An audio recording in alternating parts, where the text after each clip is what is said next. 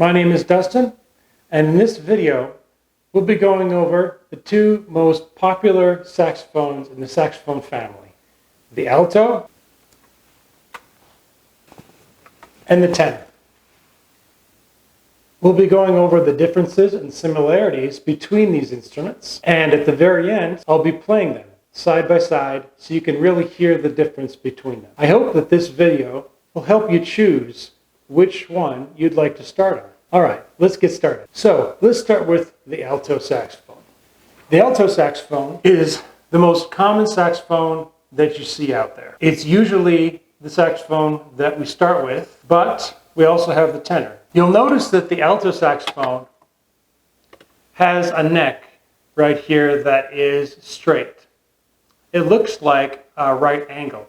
It's not a perfect right angle, but it kind of looks like a straight right angle here. That's a very, very important thing to remember when you're pinpointing an alto saxophone player. When they're playing a saxophone and their neck looks like a straight part here, that's an alto. The keys on the alto are pretty close together. When I put my hands on the instrument, they're also pretty close together. The alto saxophone is good for a variety of different people, a variety of different ages. Pretty much anybody can play the alto. It also doesn't require a lot of air to play. That's why it's one of the most popular saxophones to start on. Now let's look over the tenor saxophone. The tenor saxophone is a lot bigger than the alto saxophone. As you can see, it has the same number of keys as the alto, but the keys are more spread apart. The keys are also a lot bigger than on the alto saxophone. And remember on the alto how we had a straight neck? Well, on the tenor, as you can see, this is curved.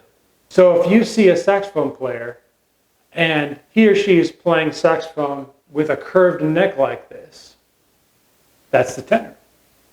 That's the easiest way to tell the difference between the two when you're looking at them.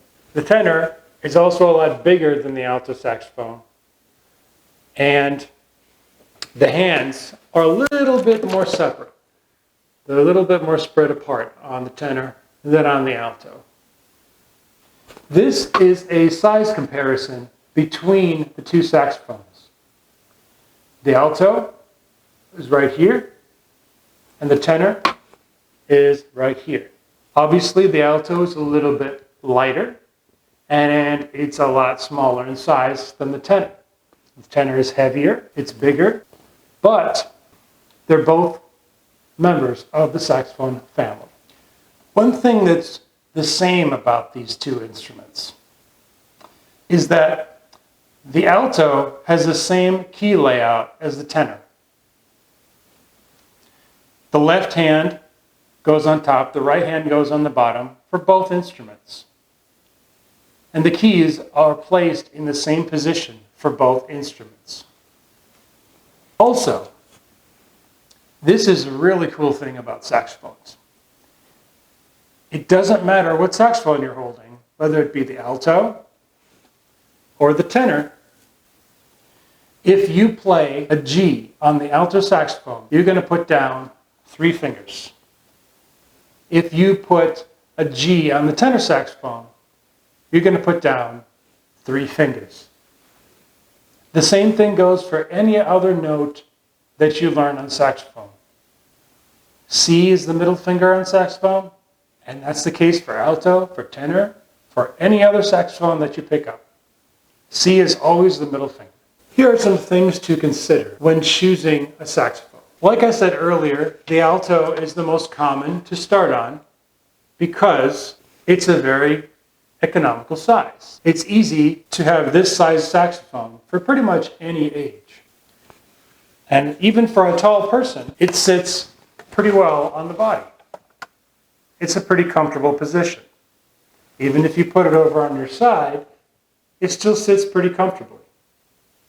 So the alto is a good option all around. The tenor is a little bit bigger than the alto, so you have to take that into consideration. It's going to reach closer to the floor as it's hanging to your right side of your body. With the alto, you can put it in the center or you can put it on your side. But with the tenor saxophone, you have to put it on the side of your body. It's a little bit heavier than the alto, which is why I have this padded neck strap that has a lot more cushion on it to support that extra weight on my neck. With this neck strap, it doesn't feel like much weight at all. But the tenor, even though it's a lot bigger, it's still comfortable to play. Next, let's go through air requirements. It takes more air to blow through a tenor saxophone than it does with an alto saxophone. And the reason behind that is because the alto is not as big. So to get from the mouthpiece all the way through here to the bell, it takes a lot less time than the tenor. On the tenor, there's a longer tube involved. So to get from the mouthpiece up here, it has to go around this curve all the way down here, come around the bow, and out the bow. And this is a longer tube, so it's going to take a little bit more air. That's another thing to consider. It takes more power to blow through an instrument like the tenor than it does on the alto. And the last thing that you want to consider when choosing one of these two instruments is the price. Now, generally speaking, the alto is going to be cheaper than the tenor. And that's because there's less brass involved on an alto than there is on a tenor. It's just not as much brass here. The keys are also smaller, so they take a lot less material. The tenor has bigger keys, it has more tubing, so it's going to be a little bit more expensive. But the difference between the alto and the tenor in terms of pricing is not astronomical. It's just a little bit different. But still, it's something to be aware of when you're considering which instrument to choose. One final thing I want to mention about choosing the right instrument is the sound. Now, I know that I have been promoting the alto a little bit because of how economical it is, how light it is, how easy it is on your fingers. But the alto has a sound that's higher than the tenor. And the tenor is a little bit more deep and rich sounding in the bottom end. A lot of people choose the tenor saxophone for that very reason. They want that deep, lower end, especially in jazz music. The alto in a big band setting is always the lead of a saxophone section. The lead saxophone is the first alto player. The tenor in a jazz band is usually the saxophone that gets the most solos because it sounds the most like an iconic jazz saxophone would.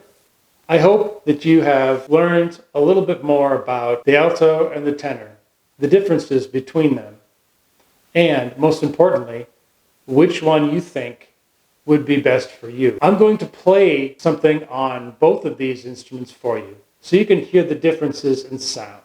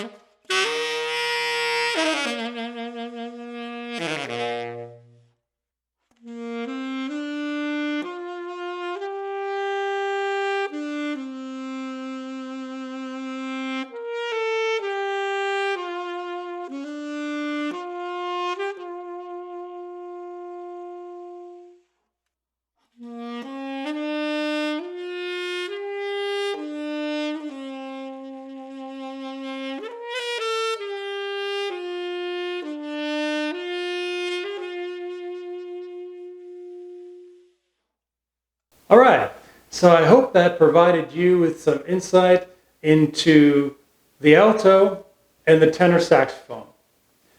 I hope you learned a lot about the differences and the similarities between those two instruments. But most importantly, I hope that this video allowed you to choose between the alto and the tenor saxophone in terms of which one you'd like to start on. Which one did you prefer over the other? Let me know in the comments. I hope you enjoyed this video, and we'll see you in the next one.